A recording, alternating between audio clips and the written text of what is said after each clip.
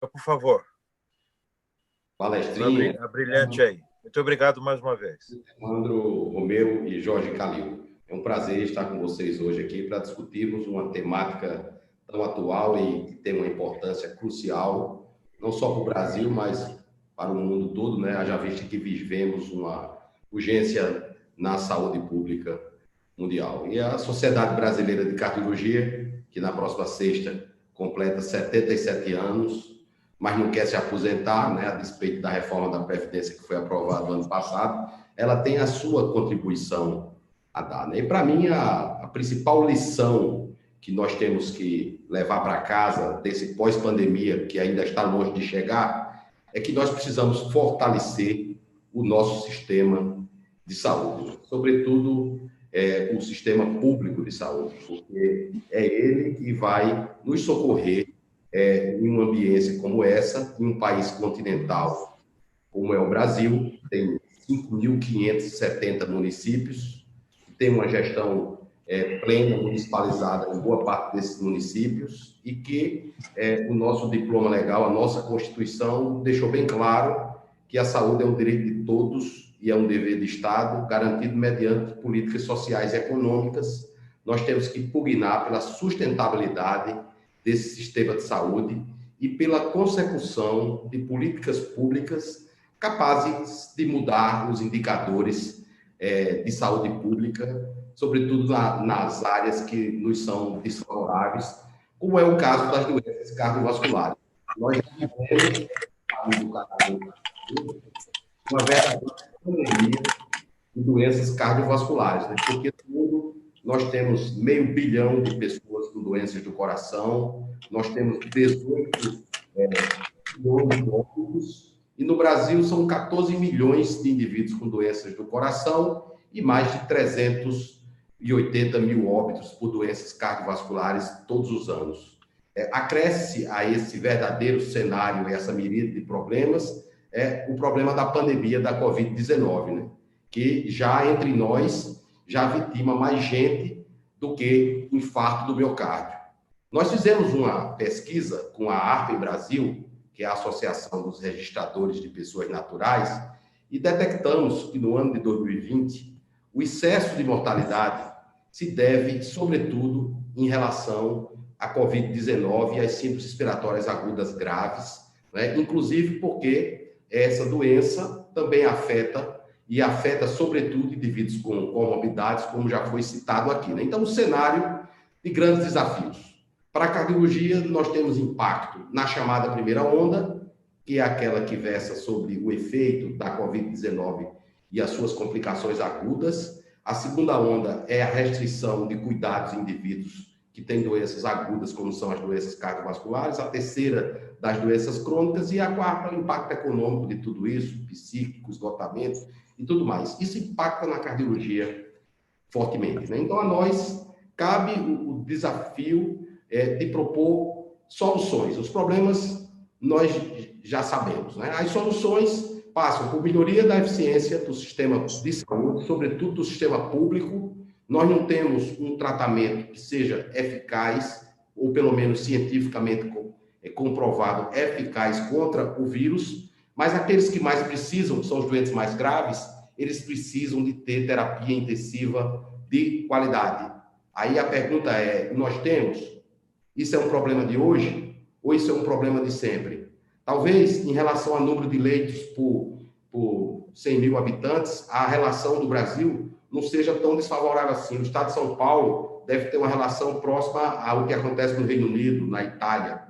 E o resultado desse enfrentamento tem sido bom? A pesquisa da AMIB mostra que os pacientes que se internam nas UTIs públicas morrem bem mais do que os que internam nas UTIs privadas. Então, o nosso dever de casa é melhorar a eficiência desse sistema de saúde. Ninguém tem a forma para isso. Há a questão do subfinanciamento, mas nesse contexto que vivemos, eu acho muito difícil. Romeu já falou aqui sobre a questão da reforma tributária, mas eu acho muito difícil alguém que consiga um centavo a mais para financiar o sistema de saúde. Então, não resta outra saída que não melhorar fortemente a eficiência desse sistema de saúde. Isso passa por fortalecimento da atenção primária, isso passa por mudança de modelo de remuneração dos procedimentos médicos e da assistência à saúde nesse país. Ontem saiu um editorial no Estado de São Paulo falando da defasagem da tabela do SUS. Eu acredito que é um desafio maior do que enfrentar a pandemia da Covid e corrigir essa famigerada tabela do SUS, que é uma sucedânea da antiga tabela do INAMPS. Então, a gente tem que partir para um contexto de mudança do padrão de remuneração, uma remuneração que seja baseada em valor, né, que não seja um pagamento somente por volume, e isso tem que acontecer desde a atenção primária. Né? Então, nós estamos diante desse grande desafio na cardiologia. Nós nos preparamos já desde o ano passado, não para a pandemia da Covid, né, porque nós não somos Nostradamus, para prever o futuro, mas a gente estava muito preocupado com a questão da telecardiologia.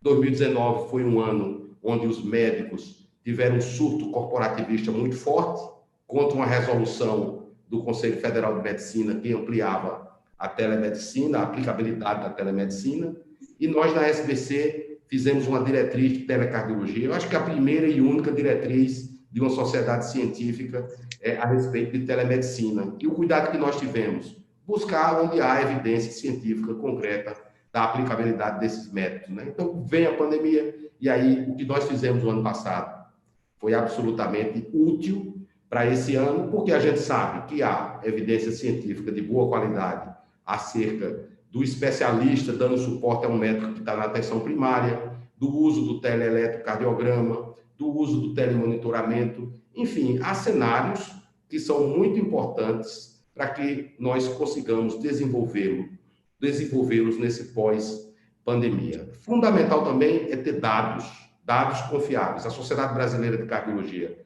há 10 dias, lançou o programa Estatística Brasil, o que nós fazemos em parceria com um grupo de pesquisadores de universidades públicas, pesquisadores do Acre até o Rio Grande do Sul, mostrando que é importante integrar a cardiologia e em parceria com autoridades internacionais na cardiologia, como a professora Emélia Benjamin, da Universidade de Boston, que trabalha com o Global Coronary Disease. Então, esses dados é fundamental para a gente saber aplicar o remédio correto. Então, estamos muito entusiasmados com a perspectiva de discutir com todas as autoridades sanitárias do Brasil os cenários que possam trazer efetivamente mudanças de desfechos para não ficar só no chororô da diminuição de atendimentos dos hospitais privados, porque há eles são desnecessários, né? Então, o que nós queremos não é volume, o que nós queremos é uma possibilidade de ter valor, de ter qualidade na assistência e de fazer com que as pessoas vivam mais e melhor. Tinoco, por favor. Seu microfone, Tinoco. Primeiro, é uma honra e um privilégio, né, ter o nosso estimado presidente Marcelo Queiroga como presidente da SBC. Uma das inteligências mais brilhantes que eu convivi na minha vida. Um homem que acorda às 4 da manhã e transformou, nesses últimos 8 meses, a Sociedade Brasileira de Cardiologia em vários aspectos. Ganharia tranquilamente o prêmio Osmar Santos, né? Um craque. Seguramente a cardiologia não é vencedora nessa década, não é a responsabilidade dele, ele acabou de chegar. Semana passada, Romeu, eu completei 59 anos e 12 meses. Né? Eu espero comemorar quando acabar essa pandemia. Não dá para comemorar num mundo com pandemia. E muito menos, Calil, muito triste com o dia de ontem, porque nós não gerenciamos o risco em Beirute. E nós não gerenciamos a epidemia que a gente estava vivendo de síndrome cardiometabólica no Brasil. 80 milhões de pessoas abaixo de 60 anos foram empurrados para o grupo de risco por aquilo que o Romeu chamou a atenção: obesidade, hipertensão e diabetes. Então, nós, cardiologistas, não ganhamos esse jogo. O passaporte da imunidade, né, que muitos falam que é IgG, na realidade é ser zero de fator de risco cardiovascular. E a gente vai ter que ouvir do Marcelo qual é a visão dele para entregar na próxima década um passaporte da imunidade e como os cardiologistas, obviamente, não foi só cardiologista, médico de família, endocrinologista, clínico geral, setor público e privado, não entregou isso para os pacientes. O modelo que a gente tem hoje não entregou saúde, seja nos Estados Unidos, seja aqui no Brasil. Então, nós temos que pensar, como é que a gente entrega isso? Como é que a gente entrega esse passaporte da imunidade para a próxima pandemia? E, obviamente, faz as pessoas chegarem aos 60 anos com zero de fator de risco. Como ações de serviço social, cuidados primários, telemedicina, cardiologia, como é que tudo isso se junta, exames diagnósticos, como é que tudo isso se junta para gerar saúde nas pessoas, saúde cardiovascular. E o Marcelo está aqui porque tem que dar explicação por quê. Porque a principal causa de morte no Brasil é a doença cardiovascular e cardiometabólica. Não é? E quando eu falo da explicação, é da solução, porque ele não é responsável pelo que aconteceu. Ele vai ser um homem que vai lançar a cardiologia para a próxima década. A presidenta do Brasil assinou a ONU, há 4 anos atrás, um compromisso do Brasil, Calil, de reduzir a morte cardiovascular nesse país e as doenças crônicas para pessoas com menos de 70 anos e reduzir 1% até 2030. Nós conseguimos, no ano passado, a Cláudia Colucci, não tem nada a ver com o atual governo, mas reflexo de todo... que o Brasil aumentou a mortalidade para essas pessoas. Então, a gente vai entrar numa nova década, olhando para a doença cardiovascular, que é seguramente a pior pandemia que nós temos. As pessoas não foram colocadas no grupo de risco, porque tem câncer, doença respiratória, também, mas as doenças cardiometabólicas, obesidade, hipertensão, diabetes, que é doença do cardiologista, do clínico, do médico de família, do endocrinologista, e da arrumação que a gente fez hoje no sistema de saúde. Então, a gente precisa olhar para isso como desafio para um país produtivo, um país que tem tudo para ser líder nessa próxima década, e a gente construir um passaporte da imunidade. Mas essas são minhas considerações, meu estimado Balestrinho. Doutor Marcelo Queiroga, olha que pergunta bacana aqui para o senhor, do Fernando Pisa. Há hoje uma discussão forte no mundo sobre a distribuição das vacinas. A produção em larga escala para todo o planeta é um desafio sem igual na história. Como você vê a chegada e distribuição da vacina dentro do nosso sistema público, sem que uma parte seja privilegiada em detrimento de outra? Seja esta parte uma classe social ou uma região geográfica? Bom, o Brasil ele já mostrou que tem muita competência em fazer grandes campanhas de vacinação, né? Agora mesmo, durante a pandemia, nós fizemos uma vacinação de H1N1. Nós temos a Fundação Oswaldo Cruz, nós temos o Instituto Butantan, que, como o Calil falou aí muito bem, tem um protagonismo mundial. Então, eu penso que, em havendo a vacina, que a gente espera que ocorra dentro de um curto espaço de tempo, o nosso sistema de saúde está preparado para vacinar, sim, dentro dos critérios de equidade que caracterizam o SUS, né? Agora, aproveitando a pergunta, é fundamental que o Brasil tenha uma política voltada para o fortalecimento do complexo industrial da saúde, não só na questão da produção de vacinas, mas para a produção desde insumos até de fármacos mais avançados que possam ser úteis ao nosso sistema de saúde. É inconcebível que nós tenhamos o maior sistema de acesso universal do mundo, que é o SUS, e nós não tenhamos desenvolvido de maneira própria o nosso complexo industrial da saúde. Há uma visão patrimonialista do Estado brasileiro, né? Até o Aurélio Buarque de Holanda descreve isso bem em Raízes do Brasil, e isso eu vou dizer que é uma praga que afeta a nossa sociedade. A gente fica dentro de um país que tem os problemas sociais que tem o Brasil, das necessidades de direitos sociais básicos, a gente fica querendo que o Estado seja o grande provedor, que o Estado financie pesquisas com fármacos, que o Estado venha financiar pesquisas com fármacos da grande indústria, da grande farma estrangeira, e isso precisa ser modificado. A indústria, ela costuma investir aqui no Brasil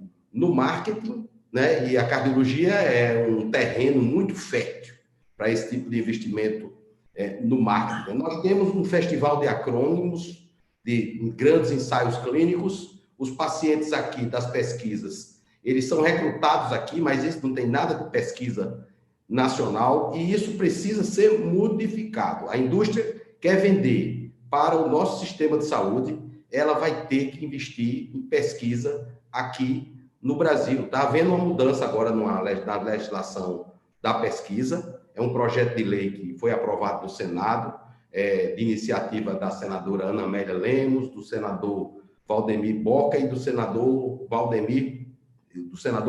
Pinheiro. Isso está no Congresso Nacional e é preciso que esse marco regulatório das pesquisas seja modificado para que seja facilitada a pesquisa clínica no Brasil, não só para vacinas, mas para as outras áreas que são importantes para a sustentabilidade do sistema de saúde nesse país. Nós temos um atraso, pelo menos na cardiologia, nós temos um atraso de uma década entre a aprovação da Anvisa de um determinado dispositivo, de um determinado fármaco e na disponibilidade dele no sistema de saúde. Eu falei aqui das estatísticas cardiovasculares, da mortalidade por doença cardiovascular. Como nós vamos enfrentar esse problema se nós não temos as armas para enfrentá-lo com apropriação? Então, respondendo à pergunta, eu acredito que o Brasil tem sim as condições de fazer campanhas de vacinação que possam atender o interesse da nossa população.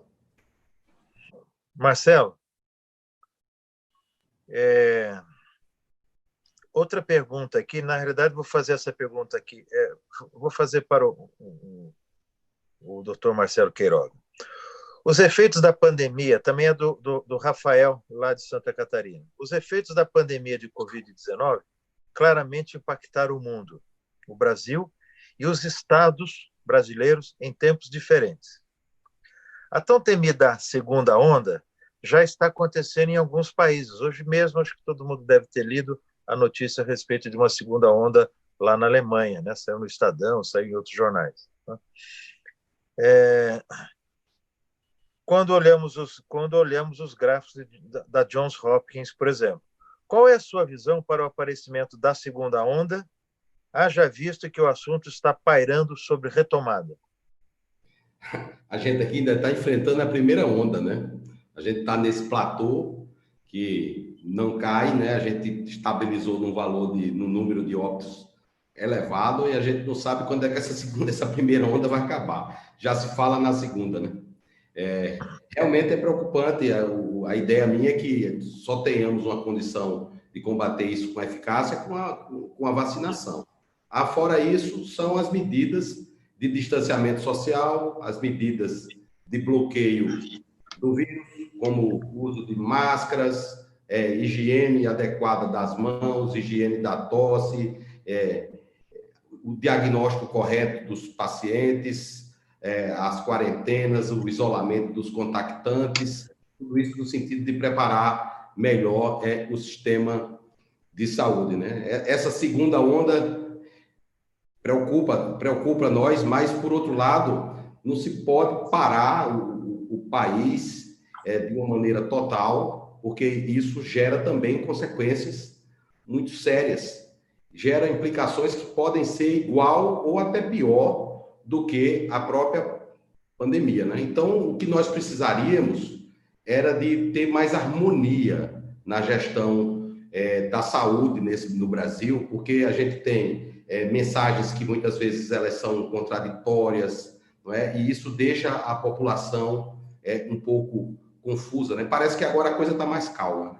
Diminuir as entrevistas coletivas e parece que a gente tem mais uma busca de um gerenciamento logístico para atender às necessidades dos estados, para capacitar melhor o sistema de saúde para atender os pacientes. Agora, em relação a essa segunda onda, Aí tem que ver, está aparecendo mais casos, aí vai adotar medidas mais rigorosas de distanciamento no local que começa a aparecer mais casos. Aí precisa de ter um controle epidemiológico mais adequado dessa situação para se aplicar as medidas de uma maneira pontual num país heterogêneo como é o Brasil, né? Agora, segunda, sexta-feira, me convidaram para ir para Manaus. Querem que eu vá lá conversar com o secretário de saúde. Minha mulher disse que não é para eu ir. E eu vou dizer, eu vou lá, porque os colegas lá de Manaus estão muito preocupados agora, não com a pandemia da Covid em si, com a questão do impacto da Covid, mas em função das doenças cardiovasculares, que é aquela outra segunda onda, né? E a terceira. Então vamos ter que conviver com isso. É o que o Jorge Calil falou, não tem essa história de pós-Covid. Tem o pós-pandemia, né? Se a gente conseguir controlar a pandemia, a gente vai ter que conviver com esse vírus até que se tenha uma vacinação que seja adequada para ele. Muito bom. Obrigado. Romeu, pergunta do Djalma Costa. O que é de novo naquilo que significa a gestão de processos dentro das empresas o que há também de novo de projetos na saúde suplementar?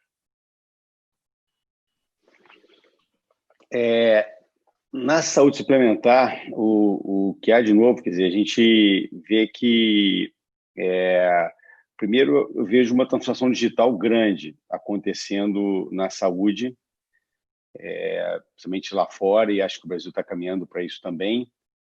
Eu acho que a gente poder utilizar os dados, né, como usar a inteligência artificial. A gente mesmo, nos últimos 3 anos, a gente fez várias parcerias com várias startups lá fora, desenvolvemos alguns algoritmos em conjunto, e hoje a gente usa, na prática já, vou dar um exemplo, para mamografia. A gente dá o laudo, e o laudo é revisto por uma ferramenta, um algoritmo de inteligência artificial. Isso não substitui o radiologista, mas o radiologista o laudo sai com mais qualidade, menos erro, maior produtividade e democratiza. Por que eu não posso oferecer isso para o SUS de forma até mesmo gratuita? Com relação à inteligência artificial, a gente vê empresa em Israel, por exemplo, a empresa chamada K-Health, ela tem o que chamam de Deep Learning, que é um NLP, Natural Language Process, você pegar dados de 400 milhões de consulta, foi feito lá no plano de saúde chamado Maccabi, e você, em cima disso, hoje esse algoritmo está sendo usado pelos 3,5 milhões de americanos na Aetna, plano de saúde americano, que as pessoas falam com o aplicativo, falam com o algoritmo, e 90%, Balestrin, se sente confortável com o que o algoritmo mostrou. Eu tenho febre, dor de cabeça, sim ou não, febre. Então, você fala, isso vem a ajudar o médico? Eu acredito que sim. Você poder ter uma ferramenta dessa na emergência, né? Um médico despreparado, que não fez residência ainda, ele poder ter uma inteligência artificial para ajudá-lo. O hemograma deu isso, o raio-x de tórax deu isso, a dor torácica é assim, e poder dizer isso deve ser isso. Então, eu acho que isso aí ajuda na qualidade, no desperdício, a democratização. E com relação à gestão, a empresa muito grande, por exemplo, a DASA é uma empresa grande, tem 25 mil colaboradores, 2.500 médicos. É uma empresa burocrática, né? As decisões são... Então, mesmo tendo um controlador, é difícil. Então, a gente adotou metodologia de células ágeis. Porque antes você, vamos falar de um novo exame, aí tem que passar pelo cadastro, tem que passar pela precificação, pelo comercial, pelo jurídico. Leva 3 meses você não implementa um exame novo. É triste. Então, você cria células ágeis. Então, hoje, a gente ano passado, nós marcamos mais de 1 milhão de exames pelo canal digital. Por que eu tenho que ligar para um call center? Então, você fala, é fácil? Não. Levou mais de 1 ano para desenvolver essa ferramenta, porque a experiência, você entra, tem tantos layers para você falar, o exame eu quero em tal unidade, com tal médico, com qual operadora. Então, e os pacientes, mesmo pessoas idosas, chegam e marcam a ressonância, chega lá, por que eu marco viagem, restaurante, moradia, Uber, e na saúde eu tenho que fazer o pedido, ligar para um call center e marcar errado. Então, eu usar uma agenda inteligente. Então, eu sei que, por exemplo, segunda-feira de manhã, no Delboni do Itaim, se eu tenho 30 ultrassons marcados, 5 faltam. E se chovem, 10 faltam. Por que eu não uso inteligência artificial para me ajudar a fazer uma agenda inteligente? Entendeu? Então, essas coisas, essas ferramentas, essa transformação digital é uma cultura, né? Você falar, tem que estar todo mundo, não pode ser top-down, os executivos têm que estar nisso, você tem que estar sempre... Então,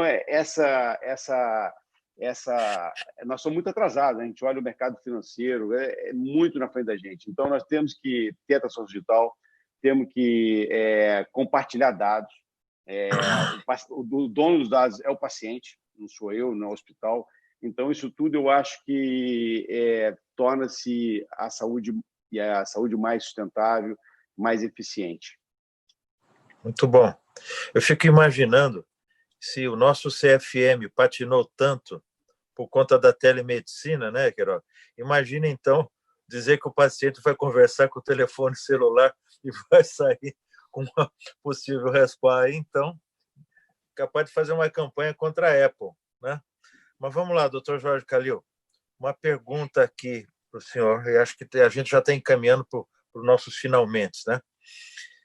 Em entrevista a uma professora de Harvard, o CEO da Merck, o senhor Ken Fraser, demonstrou preocupação quanto à expectativa dos governos e da população em geral sobre a disponibilidade da vacina.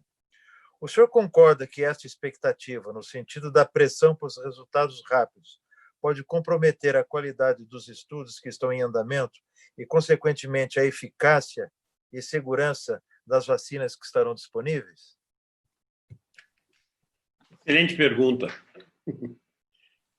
Veja, o Fraser é uma figura ímpar. Ele era o representante da Merck aqui na América Latina. Eu conheço ele há 20 anos. E eu tive a oportunidade de ter muitas negociações com ele por coisas aí do Butantan. O sujeito, ele é muito centrado. Ele é um CEO de uma empresa. A gente esperaria outro tipo de pessoa, uma visão social e etc.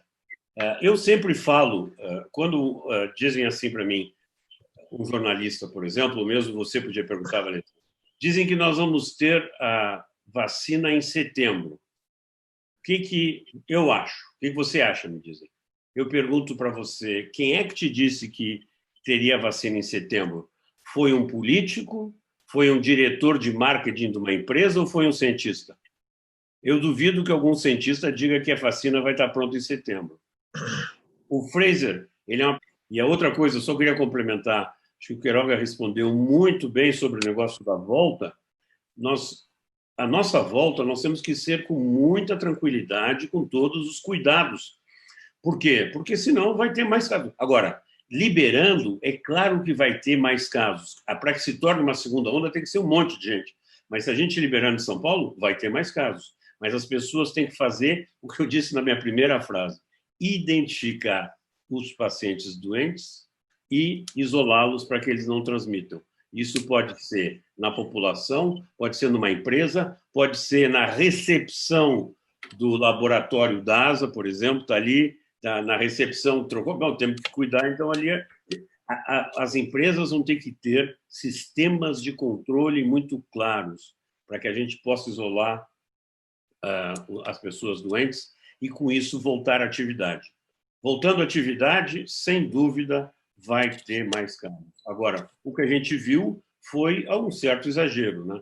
Tem uns vídeos em Paris, na Rue de Bussy, que é uma rua que tem um bistrozinho atrás do outro, que as pessoas estavam tudo lá como se nada houvesse, aproveitando o verão. Bom, vai aumentar muito o número de casos. Mas